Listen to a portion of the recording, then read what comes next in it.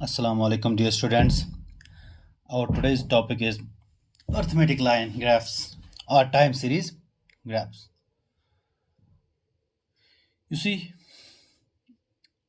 when a set of statistical data when a set of statistical data are presented on a graph paper, it's called a graph. Now, presenting the data on a graph paper, we get different points. Each point corresponding to a value of a statistical series. By joining the points, we get a line which shows how a variable tends to change. Each point on the line corresponding to an arithmetic value of the variable under study. Each point on the line corresponds to an arithmetic value of the variable under study, like, for example, the value of exports or imports. Therefore, a graph showing arithmetic value of a variable on a graph paper is called arithmetic line graph. Often such graphs are constructed to present time series data. And that's the data like the value of exports or imports corresponding to different weeks, months, or the years. Therefore, arithmetic line graphs are often called time series graphs. Now, today we will learn the construction of a graph. You see, keeping in mind the size and nature of data, a suitable intersecting point on the graph paper is assumed as a point of origin as point O in the figure, as point O in the figure in this picture. Now, horizontal and vertical lines intersecting through this point are shown as bold lines, right? These bold lines are called axes. Horizontal line from left to right is called horizontal axis,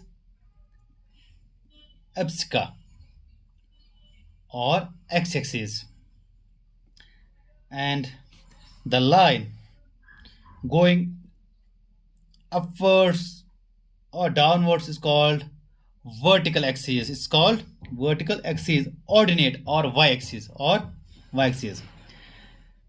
The x-axis and the y-axis are mutually perpendicular to each other. See, these axes divide the plan of a paper in four parts. 1, 2, 3, 4. Each part is called quadrant. Quadrant 1, quadrant 2, quadrant 3, quadrant 4. So each part is called quadrant, as in this adjoining graph. Now, you see, point of origin in the graph is indicated by the English letter O. Positive value of x are taken towards right. These are taken towards right side on the horizontal axis, and of y towards upper side on the vertical line. Now, negative value of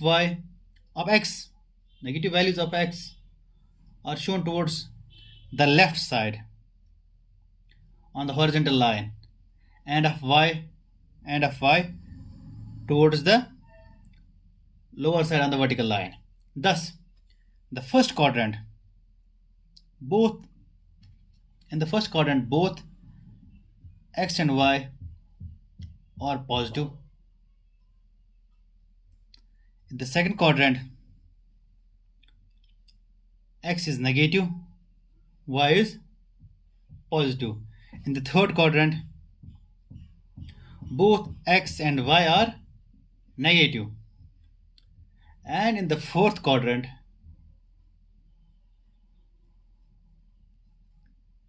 x is positive while y is negative.